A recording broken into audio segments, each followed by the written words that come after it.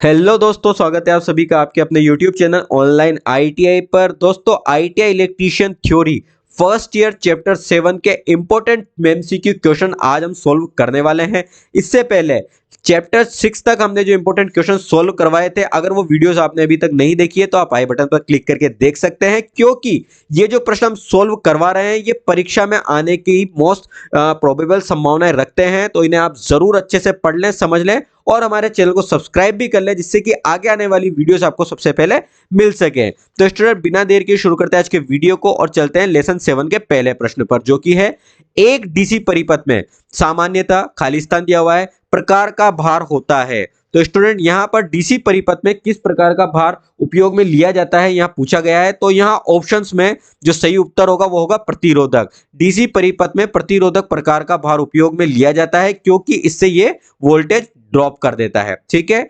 Second question है, विद्युत उपस्कर श्रेणी में नहीं संयोजित किए जाते हैं, क्योंकि आपको पता है जो विद्युत उपस्कर है वो दो प्रकार से संयोजित किए जाते हैं, एक तो समांतर क्रम में, ठीक है, और एक श्रेणी क्रम में। ठीक है। तो श्रेणी क्रम के बारे में पूछा गया है कि वो क्यों नहीं संयोजित किए जाते हैं। इसका कारण होता है कि प्रत्येक उपस्कर यानी प्रत्येक उपकरण की अलग अलग कैपेसिटी होती है, सबकी अलग अलग क्षमता होती है। कोई किस क्षमता पर कार्य करता है, कोई किस क्षमता पर कार्य करता है। ठीक है। अगर अपन एक ही श्रेणी में संयोजित कर देंगे और एक ही प्रकार का लोड उसको दे देंगे तो हो सकता है कोई उपस्कर जल जाए, कोई उपस्कर कार्य ही नहीं करे। ठीक है। तो उपस्कर की धारा क्षमता अलग अलग होती है, इसलिए विद्युत उपस्कर श्रेणी में संयोजित नहीं किए जाते हैं। ठीक है। अगला प्रश्न है, विद्युत उपस्कर समांतर श्रेणी में जोड़े जाते हैं क्योंकि समांतर परिपथ में। अब समांतर क्रम में विद्युत उपस्कर जोड़े जाते हैं। ठीक है। अब यहां पूछा गया है क्यों जोड़े जाते हैं।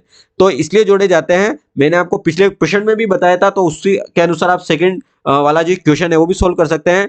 क्योंकि इससे प्रत्येक उपस्कर स्वतंत्र रूप से कार्य कर सकता है, प्रत्येक उपकरण स्वतंत्र रूप से कार्य कर सकता है। जिस उपकरण को जितने लोड की आवश्यकता है उसको उसके जो उसको उतना विद्युत धारा मिल जाएगी, उसको उतने लोड में विद्युत धारा मिल जाएगी, जिससे वो स्वतंत्र रूप से कार्य कर सकेगा। ठीक है। अगला प्रश्न है, जब सेलों को श्रेणी में जोड़ा जाता है, तो सेल होते हैं आपको पता है, अगर इनको श्रेणी में जोड़ा जाता है तो इससे क्या होता है। तो मैं आपको बता देता हूं, इससे ईएमएफ बढ़ जाती है, यानी विद्युत वाहक बल का मान बढ़ जाता है श्रेणी में जोड़ने पर। ठीक है। अगला प्रश्न है, जब प्रतिरोध समानांतर में जोड़े जाते हैं तो प्रतिरोध होता है। ठीक है। यहां पर जो ऑप्शन है मैं आपको बता देता हूं, जो प्रतिरोध है, प्रतिरोध आपको जानते हैं, प्रतिरोध को हम आर से व्यक्त करते हैं। ठीक है। और प्रतिरोध का मात्रक होता है ओम। ठीक है। तो प्रतिरोध अगर समांतर में जोड़े जाते हैं तो कुल प्रतिरोध का मान यहां पर पूछा गया है, तो कुल प्रतिरोध का मान सबसे कम मान के प्रतिरोध से भी कम होता है। ठीक है। तो प्रतिरोध को अगर समानांतर क्रम में जोड़ेंगे तो सबसे कम मान का प्रतिरोध होगा ना, उससे भी कम होगा, शून्य नहीं होगा, शून्य से अधिक होगा, पर सबसे कम होगा। क्वेश्चन नंबर 6 है, एक सेल का आंतरिक प्रतिरोध 0.1 ओम और विद्युत वाहक बल 2 वोल्ट है। ये सेल एक 3.9 ओम के भार प्रतिरोध पार्श्व में जोड़ा गया है। भार पर सेल की टर्मिनल वोल्टता क्या होगी। आपसे यहाँ टर्मिनल वोल्टेज के बारे में पूछा गया है। तो आपका जो सूत्र होगा V बराबर, जो भार भार पूछा गया है, भार आपका है तो R बटा ए। तो भार प्रतिरोध आपको दिया हुआ है 3.9 बटा, और जो विद्युत वाहक बल का मान है आपका 2, तो इसमें भाग देंगे तो ये आ जाएगा 1.95। तो ये ऑप्शन में आपको नजर आ रहा होगा, तो इसका आंसर सी सही है। क्वेश्चन नंबर 7 है, 3 ओम के 3 प्रतिरोध त्रिभुज के रूप में जोड़े गए हैं। इस त्रिभुज के किसी दो कोणों के बीच प्रतिरोध का मान होगा। तो यहाँ आपका इस प्रकार से 3 प्रतिरोध एक त्रिभुज के रूप में इस प्रकार आपने कनेक्ट किए हैं। तो यहाँ प्रत्येक तीन तीन 3 ओम के 3 प्रतिरोध हैं। तो आपसे दो कोणों के बीच का यहाँ का प्रतिरोध आपसे पूछा गया है। तो इसके लिए आपका सूत्र होगा R2 बराबर 2 कोष्ठक R1 इंटू R2 बटा 3 कोष्ठक R1 प्लस R2। तो यहाँ आप मान लिख सकते हैं 2 कोष्ठक R1 का मान आपको 3 ओम इंटू 3 बटा 3 प्लस 3। तो इसको सोल्व करेंगे, 2 3 को गुना करेंगे 9 बटा 3 + 6, इसको गुणा करेंगे 18 और इसको जोड़ेंगे 9, कट गए 2 ओम। आपका ऑप्शन में 2 ओम सही है। क्वेश्चन नंबर 8वां है, एक 60 वाट 240 वोल्ट लैंप 40 वाट 240 वोल्ट लैंप श्रेणी में जोड़े गए और 240 वोल्ट के पार्श्व में सप्लाई से जोड़ दिए गए। दोनों लैंप द्वारा खर्च कुल शक्ति का मान होगा। तो यहाँ आपको 2 लैंप जोड़े गए हैं श्रेणी क्रम में, एक और दूसरा ये 60 वाट का है और दूसरा 40 वाट का है। इसको आपने श्रेणी में जोड़ा है, इसमें कुल शक्ति खर्च पूछा गया है।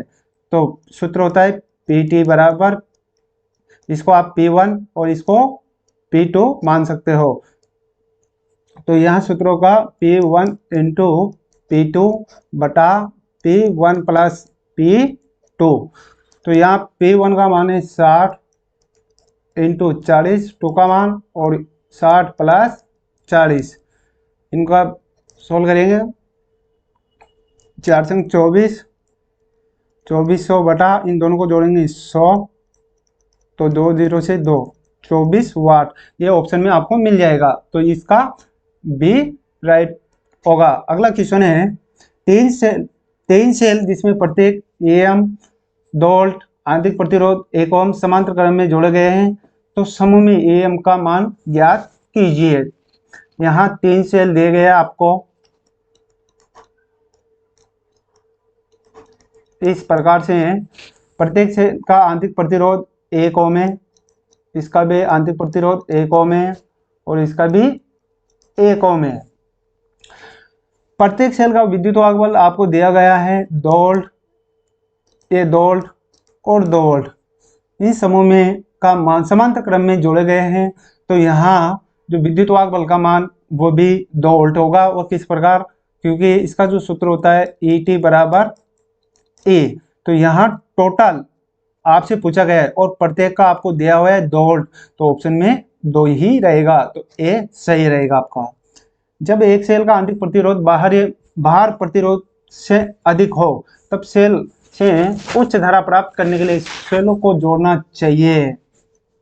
उच्च धारा प्राप्त करने के लिए सेलों को जोड़ना चाहिए किसमें, जहां आंतरिक प्रतिरोध बाहरी प्रतिरोध से अधिक हो। ऐसी कंडीशन में आपको समांतर क्रम में जोड़ना चाहिए। क्वेश्चन नंबर 11वां, सेल का EMF। EM की फुल फॉर्म होती है इलेक्ट्रोमोटिव फोर्स। निर्भर करता है A में आपका बाहरी प्रतिरोध पर, B में आंतरिक प्रतिरोध पर, C में सेल के इलेक्ट्रोलाइट व इलेक्ट्रोड पर, और D में उपयुक्त इसमें से किसी पर भी नहीं। तो यहाँ जो सेल का जो विद्युत वाहक बल निर्भर करता है सेल के इलेक्ट्रोलाइट यानी विद्युत का अपघटन व इलेक्ट्रोड, जो उसकी जो प्लेटें होती है ना, तो प्लस और माइनस, एनोड और कैथोड, इस पर ये निर्भर करता है। तो ऑप्शन आपका C सही है। प्रश्न 12वां है, एक परिपथ में समान लंबाई और समान अनुप्रस्थ काट क्षेत्रफल वाली नाइक्रोम और तांबे की तार श्रेणी में जोड़ी गई। परिणाम स्वरूप होगा, यहाँ आपका 2 वाइंडिंग है और दोनों वाइंडिंग अलग अलग धातु की बनी हुई है। एक नाइक्रोम के हैं, दूसरी तांबे के हैं। तो इन दोनों को आपने श्रेणी क्रम में जोड़ दिया गया है। तो जो ऊष्मा उत्पन्न है वो नाइक्रोम धातु वाली अधिक उत्पन्न करेगी। तो आपका ऑप्शन इसमें आपको नजर आ रहा होगा, नाइक्रोम में अधिक ऊष्मा उत्पन्न होगी, तो आपका ऑप्शन बी राइट सही रहेगा। 13वां प्रश्न है, यदि एक 80 ओम प्रतिरोध वाले तार को वर्त के रूप में जोड़ दिया जाए, तो वर्त पर किन्हीं 2 आमने सामने बिंदु के बीच प्रतिरोध होगा। यहाँ आपको इस प्रकार से ये 80 ओम का प्रतिरोध है, तब इसे वर्त के रूप में आप डाल रहे हो इस प्रकार से है। तो यहाँ आमने सामने का प्रतिरोध आपसे पूछा गया, इनके बीच का प्रतिरोध, इसको 4 भागों में आप डिवाइड कर सकते हैं। तो ये आपको इस पूरा प्रतिरोध की जब लंबाई नापेंगे तो 80 ओम है, तो यहाँ 80/4 भाग आपने कर दिए तो 4, तो इनको काटेंगे तो 20 ओम आपको ऑप्शन में देखने को मिल जाएगा। तो आपका आंसर सी सही है। 14वां प्रश्न है, 4 प्रतिरोध प्रत्येक 8 ओम के चित्र के अनुसार जोड़े गए हैं। बिंदु X और Y के बीच तुल्यमान प्रतिरोध का मान होगा। यह आपको स्क्रीन में नजर आ रहा होगा। X और Y के बीच का प्रतिरोध आपसे पूछा गया है, जिसमें से 3 प्रतिरोध श्रेणी क्रम में है और 1 प्रतिरोध आपके समांतर में है। तो पहले आप श्रेणी क्रम वाले को सोल्व कर लेते हैं। तो इसके लिए सूत्र होता है RT बराबर R1 plus R2 plus R3। तो यहाँ मान 8 प्लस 8 प्लस 8, तो ये 24 हो जाता है। तो यहाँ अब समांतर क्रम में हो जाता है। तो समांतर क्रम के लिए सूत्र होता है RT बराबर R1 इंटू R2 बटा R1 प्लस R2। तो यहाँ R1 का मान आपको दिया हुआ है 8 इंटू R2 का मान 24 बटा 8 प्लस 24। यहाँ आपको देखना होगा, इन दोनों को गुणा करेंगे तो 192 और इन दोनों को जोड़ेंगे तो 32। जब इसमें इसका भाग देंगे तो ये 6 ओम आ जाता है। तो ऑप्शन में आपको 6 ओम नजर आ रहा होगा, यही सही है। 15वां क्वेश्चन है, निम्न चित्र परिपथ में R प्रतिरोध का मान होगा। यहाँ आपको स्क्रीन पर नजर आ रहा होगा, क्योंकि जो वोल्टेज है 400 वोल्ट दिए हुए हैं और इसमें 2 प्रतिरोध समांतर में जोड़े गए। समांतर में प्रतिरोधों में सभी में वोल्टेज समान होते हैं। तो यहाँ जो वोल्टेज है वो भी 400 वोल्ट ही होगा और यहाँ करंट का मान आपको दिया हुआ है 2 एम्पियर। तो यहाँ आपको प्रतिरोध का मान निकालना है। तो R बराबर आपको सूत्र होता है उनके नीचे V बटा I। तो यहाँ आपका जो वोल्टेज है वो 400 है और करंट का मान आपको 2 दिया हुआ है। तो ये आपका जो 200 ओम आ जाएगा। तो ये ऑप्शन में आपको नजर आ रहा होगा 200 ओम। 16वां प्रश्न है, निम्न चित्र के परिपथ में 2 ओम प्रतिरोधक में धारा का मान ज्ञात करें। यहाँ आपको स्क्रीन में नजर आ रहा होगा 2 ओम का जो प्रतिरोध है उसमें धारा का मान आपको ज्ञात करना है। पहले तो आपको इसका वोल्टेज निकालना है। वोल्टेज निकालने के बाद में आप यहाँ 2 ओम के प्रतिरोध में धारा का मान आपको निकालना है। अब वोल्टेज निकालने के लिए आप यहाँ प्रतिरोध का मान, पहले तुल्य प्रतिरोध का मान निकालेंगे। तो इसका मान आप यहाँ निकालेंगे RT बराबर ये 10 प्लस 2, ये हो गया 12 ओम। दूसरा सेकंड वाला है 25 प्लस 5, 25 प्लस 5, ये हो गए 30 ओम। अब ये दोनों समांतर में हो जाते हैं। जब समांतर में हो जाते हैं तो यहाँ आप सूत्र लगाते हैं RT बराबर R1 इंटू R2 बटा R1 प्लस R2। R1 का मान है 12 इंटू 2 का मान है 30 प्लस, यहाँ इसको योग करेंगे तो गुणा करेंगे 3 12 36 बटा 42। अब यहाँ एक चीज आपको या तो काट लो इसको, संगनंगा 36 0 और ये 7 बार। तो RT का मान आ गया 60 बटा। अब यहाँ करंट का मान आपसे पूछा गया है, वोल्टेज बराबर V बराबर I इंटू R। करंट का मान आपको दिया हुआ है 1.4 इंटू प्रतिरोध का मान आपको दिया हुआ है 60 बटा 7। पॉइंट हटा लो तो ये 10 हो गए। 7 से काट दो इसको 2 बार और 10 से काट दो इसको 6 बार। तो इन दोनों को गुणा करेंगे तो 12 वोल्ट। तो आपको यहाँ 12 वोल्ट प्राप्त हो रहे हैं। अब यहाँ 12 वोल्ट आपको प्राप्त हो रहे हैं। ये 10 ओम का है, ये 2 ओम का है। 2 ओम के प्रतिरोध में आपको धारा का मान पूछा गया है। अब इन दोनों में 12 वोल्ट और इस दोनों में 12 वोल्ट, तो यहाँ 10 वोल्ट ये एक आ जाता है 10 वोल्ट। तो आपके पास में 2 वोल्ट बचते हैं। तो 2 वोल्ट यहाँ आपको प्राप्त हो जाता है। तो यहाँ करंट का मान पूछा गया है आपका, तो I बराबर V बटा R। तो वोल्टेज यहाँ 2 वोल्ट बचते हैं आपके, 2 वोल्ट बटा प्रतिरोध का मान 2, तो 1 एम्पियर। तो आपको ऑप्शन में 1 एम्पियर नजर आ रही होगी, तो ए सही है। प्रश्न 17वां है, एक तार प्रतिरोध 6 ओम उसे समबाहु त्रिभुज आकार में मोड़ दिया गया है। समबाहु त्रिभुज के किन्हीं 2 कोणों के बीच प्रवाहित प्रतिरोध होगा। समबाहु त्रिभुज जिसमें तीनों भुजाएं समान होते हैं उसे समबाहु त्रिभुज कहते हैं। इस प्रकार से ये 6 ओम का प्रतिरोध है, तो टोटल इसकी जो लंबाई है 6 ओम की है।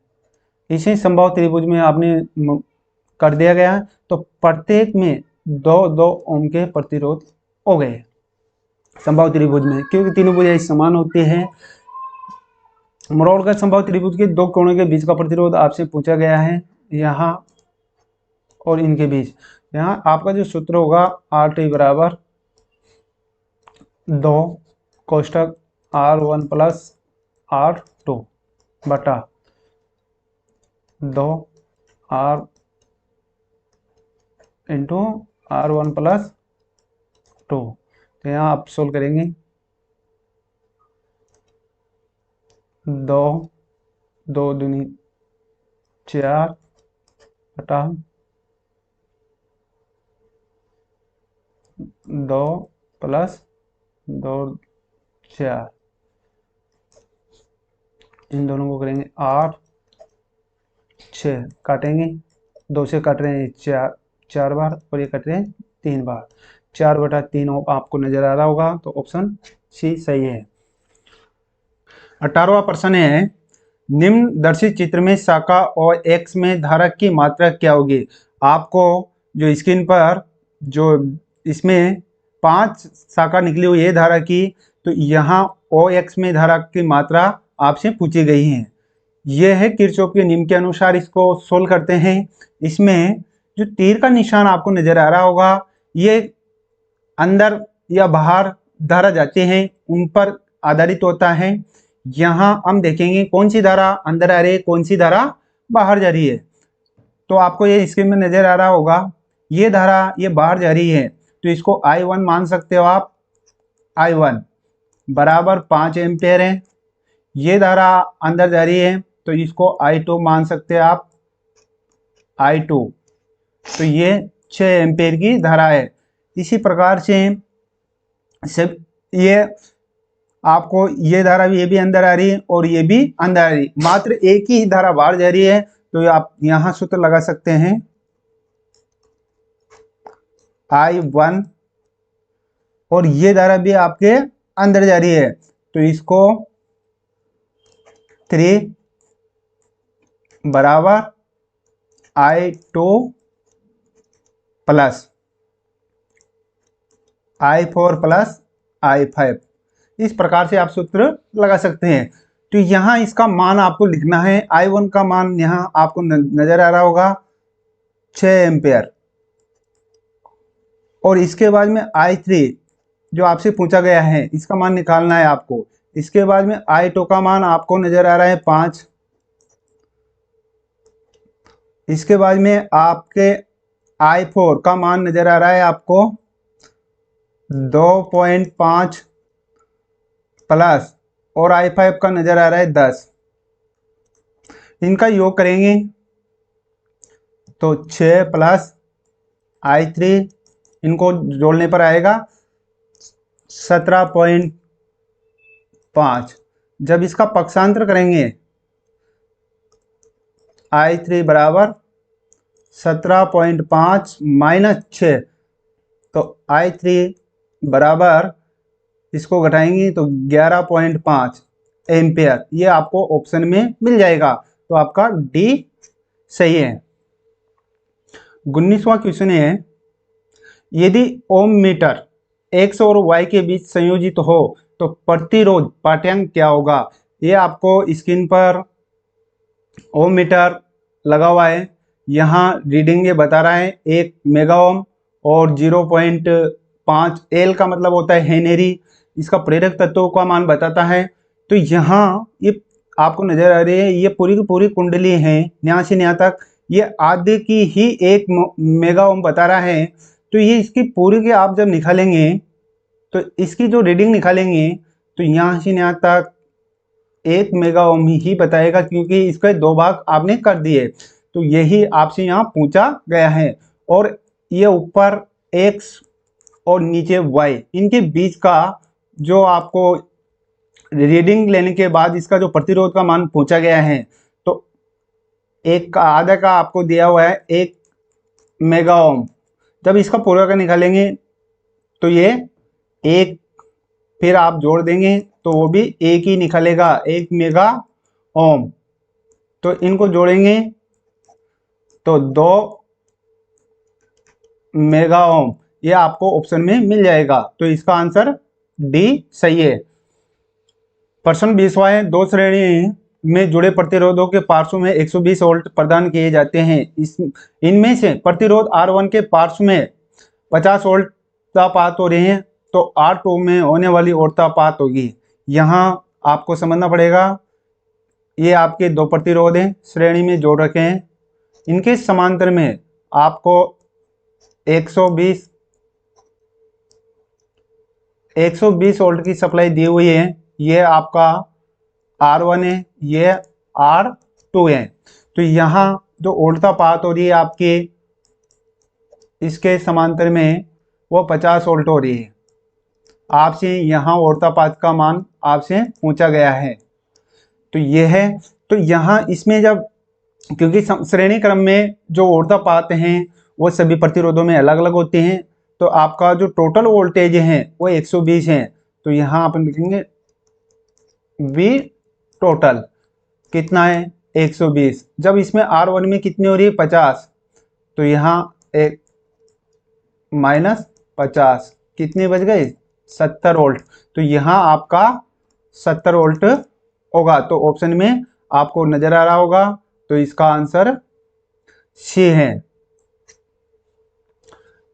21वां प्रश्न है, किरचॉफ का नियम लागू होता है ए में AC तथा DC दोनों में, B में किसी भी नहीं, C में केवल AC में और D में है DC में। मैं आपको बता देता हूं AC और DC दोनों में अंतर क्या है, इसकी फुल फॉर्म क्या है। AC का मतलब होता है अल्टरनेटिंग करंट और DC का मतलब होता है डायरेक्ट करंट। तो किरचॉफ का जो नियम लागू होता है वह दोनों स्थितियों पर लागू कर सकते हैं आप, AC तथा DC। तो आपका ऑप्शन ए सही है। 22वां प्रश्न है, एक समांतर परिपथ में जुड़े 36 ओम और 12 ओम प्रतिरोधों का तुल्य मान प्रतिरोध होगा। यह आपके समांतर में दो प्रतिरोध जुड़े गए हैं, और दूसरा इस प्रकार से आपने यहाँ नीचे सप्लाई दे सकते हैं। ये 36 ओम का है और ये 12 ओम का है।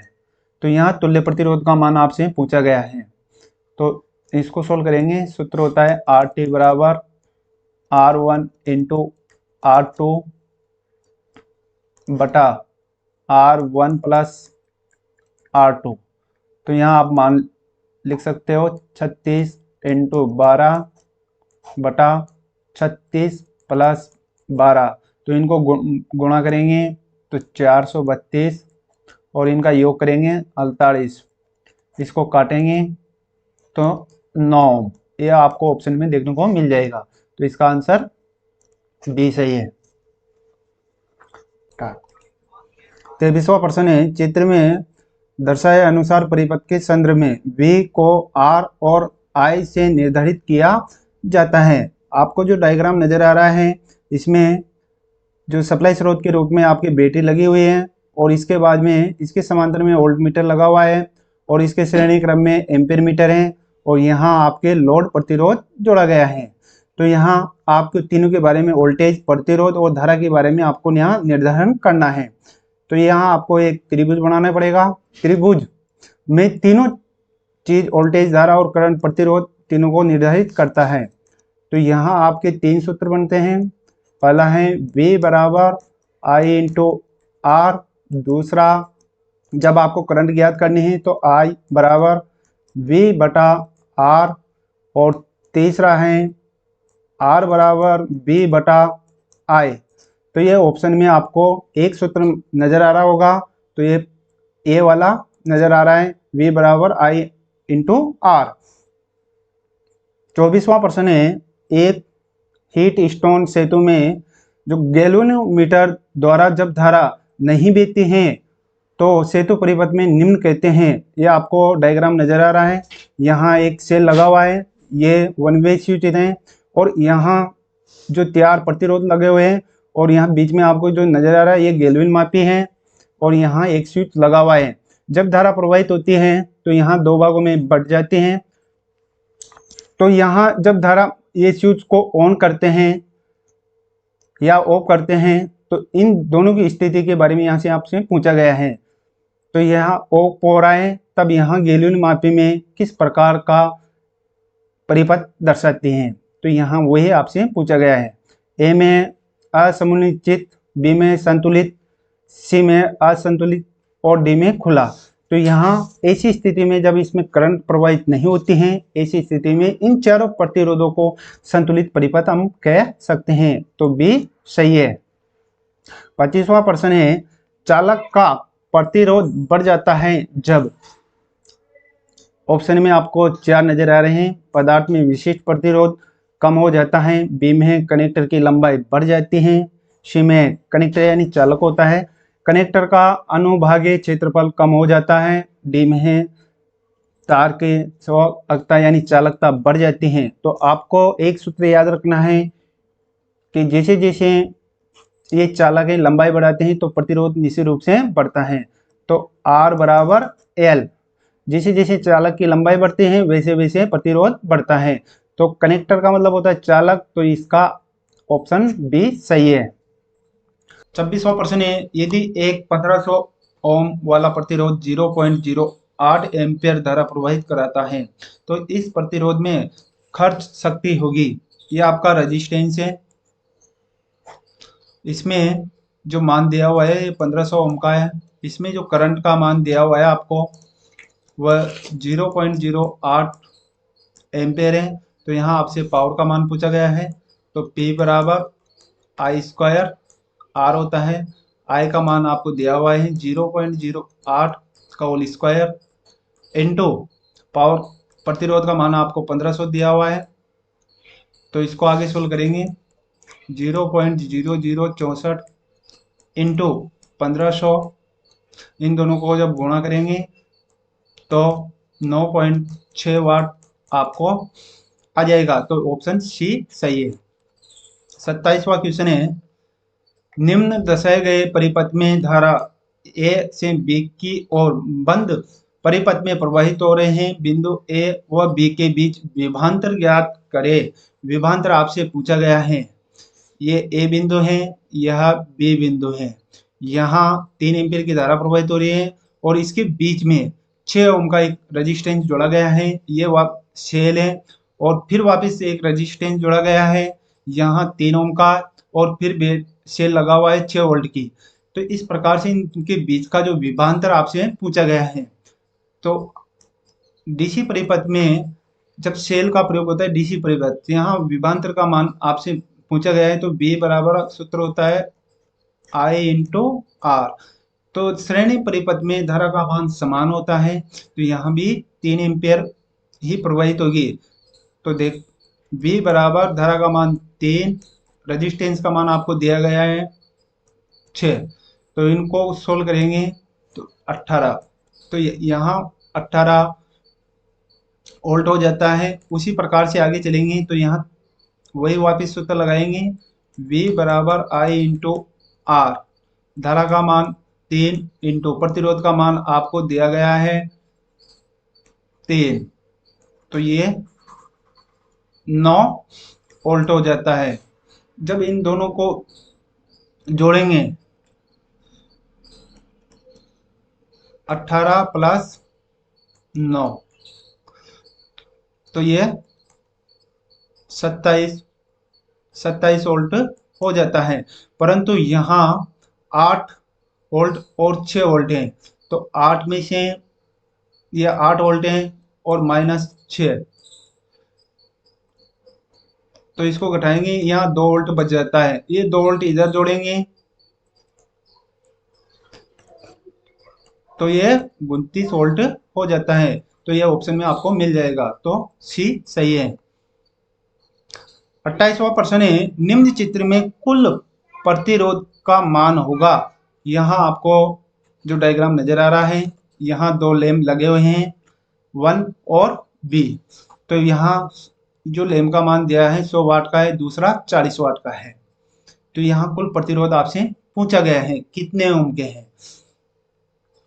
तो P बराबर आपको दिया गया है 100 वाट और वोल्टेज दिया हुआ है 200 वोल्ट। यहाँ आपको रेजिस्टेंस का मान निकालना है, R बराबर V स्क्वायर बटा P। तो वोल्टेज आपका 200,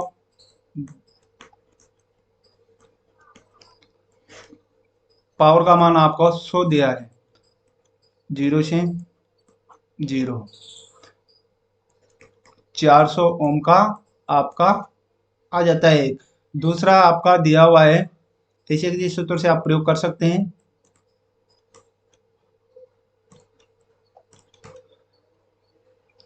चालीस वाट का दिया गया है। तो 200 इंटू 200 बटा 40, 0 से 0, इसको काट दो आप 5 बार, 5 से गुणा करेंगे तो 1000 ओम। ये दोनों श्रेणी में जुड़े हुए हैं, तो श्रेणी में दोनों का आप प्रतिरोध निकाल सकते हैं। टोटल RT बराबर R1 प्लस R2। R1 का मान 400 प्लस 2 का मान 1000, दोनों को जोड़ेंगे 1400 ओम। यह आपको ऑप्शन में मिल जाएगा, तो आपका सी सही है। तो दोस्तों ये थे चैप्टर 7 के इंपॉर्टेंट क्वेश्चन जो कि परीक्षा में जरूर आपको मिल सकते हैं। स्टूडेंट आगे भी इसी तरह के इंपॉर्टेंट क्वेश्चन हर चैप्टर में पाने के लिए आप हमारे चैनल को सब्सक्राइब करके बेल आइकन जरूर दबा दें, और अगर ये वीडियो आपको पसंद आया हो तो इसे लाइक जरूर कर लें। तो स्टूडेंट्स मिलते हैं अगली वीडियो में, टेक केयर।